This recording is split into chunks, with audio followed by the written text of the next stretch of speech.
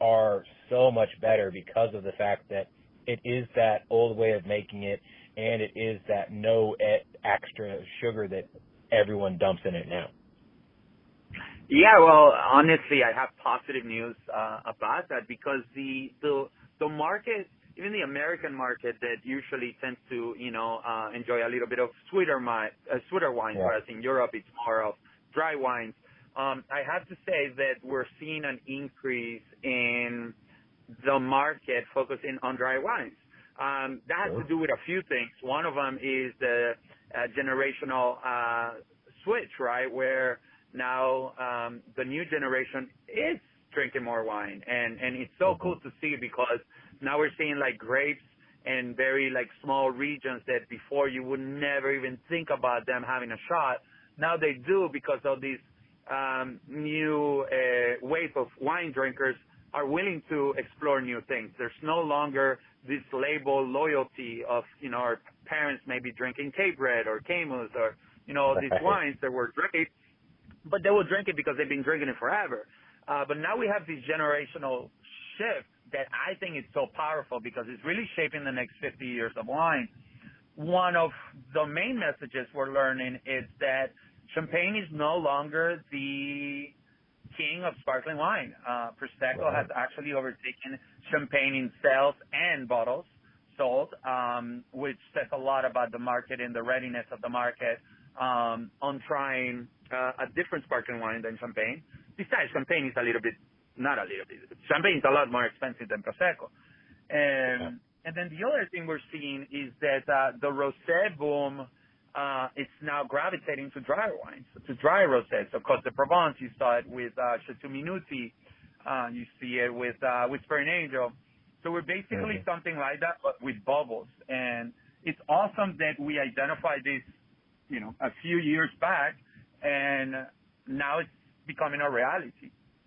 So we really lucked out, honestly, because the fact that we are in two very hot categories as Prosecco and as a rosé Prosecco, it's something that nobody could have predicted. It's just basically just the market responding to the work we're putting in the vineyard.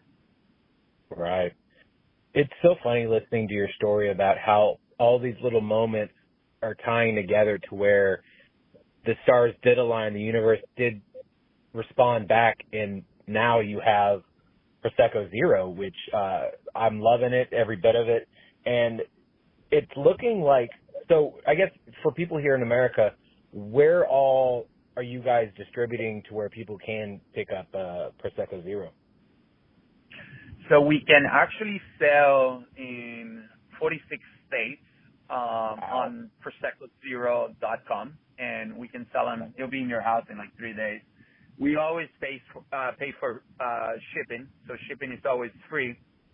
And we're actively distributing in restaurants in Florida. We are also going to open Nevada, California, Texas this year. Like I said, we're growing, so states are activating somewhat slowly because it's a much difficult process to activate states. But anybody could enjoy Prosecco Zero in their house through our website at ProseccoZero.com. There you go. And the more people drink it and then go out and ask for it, the more those people will then be like, okay, where can I get Prosecco Zero in my restaurant, in my grocery store, in wherever? Because the word of mouth really brings people in to where they want it, and if people are coming in and asking for it, they want people to actually be able to come back there and pick it up because they want those people obviously getting the traffic through their stores and restaurants. Oh, 100%, Jonathan. Honestly, the support that we've had from our home state, man, Floridians are so amazing in that they're really supporting our company. We're Miami-based, of course. They're really supporting our company, and it's awesome because I'm going to some of these restaurants thinking I'm going to sell Prosecco Zero, and I open the wine list and I find it. I'm like, oh, you have Prosecco Zero. And it's so cool to see because at first it was obviously just me, going from restaurant to restaurant trying to sell the wine. Now obviously we have a much larger group. But before it used to be, yeah, I know Ervin, the sommelier, and yeah, I know he made a wine. So they'll always say, yeah, Ervin, and then Prosecco Zero. Now they say Prosecco Zero, and they see me, and it's like, yeah, no, I recognize you from somewhere. And it's so great to see the brand become, so much bigger than any of us really expected. I mean, I know as a fact, I did not see this coming. But now we're even more excited because we're launching our tequila, which is also zero additive, handmade everything, artisanal, zero sugar, zero vanillin, zero cherry extract, and we're branching out to other products we feel we can do better than the leading brand in the market. I'm glad you mentioned that because I was about to bring that up. You guys released Zero Tequila, which is sold out online. So if you want it online, you got to wait. Tell us more about this, and I guess also let us know or let the people know when they could buy more of it. Yes, I did not see that coming, man. We were supposed to launch. I really did not. We were supposed to launch Tequila Zero last November, so we did a soft bottling in that we didn't bottle a lot of bottles. And we sold out in like a week. It wasn't a lot of production. It was about 400 cases. But we sold out in about a week, which we just did not see that coming. Tequila Zero should be available online in probably late 2023. Because at the moment, even in our pre-sales, our pre-sales are just incredibly, the response we get from the market are really incredible. So I don't think I can allocate anything to our online dispensary until all restaurants have been certified. So I don't think that we're going to have anything available until late 2023. But in short, what we're doing is we're making a tequila without additives. And people tell me all the time, yeah, Ervin, all tequilas are sugar-free. And what I would say about that is all tequilas could be made sugar-free because once you distill the product 2 times, you basically have a zero-sugared entity, an alkaloid. What happens is that the way you proof your tequila, once you have that very harsh main liquor, the way that people lower the alcohol of it is by adding sugar cane. You can add cherry extract. You can add vanillin. You can add wood chips. You can add all sorts of things. Sometimes you smell a white tequila, a tequila blanco, which, as the name suggests, shouldn't have anything in it, but they smell like vanilla or they smell like cherries. And those flavors obviously didn't come from the plants of tequila. They were added to them just to make them taste a little bit better. Ours doesn't have anything of that. Our 2 ingredients are agave and water. We proof with water. So same concept, health and wellness, and we're trying to basically make an artisanal tequila that from start to finish is handmade. And we use zero additive, zero sugar, and just know-how. The cool thing about it is that we feel and we see that the market is ready for it because every time I taste Tequila Zero to anybody, I always tell them, just pick 5 of your favorite tequilas and let's blind taste them. I don't want to tell you which one's mine. Let's just blind taste, see which one your body prefers and which one you prefer. And honestly, I'm yet to lose a battle, man.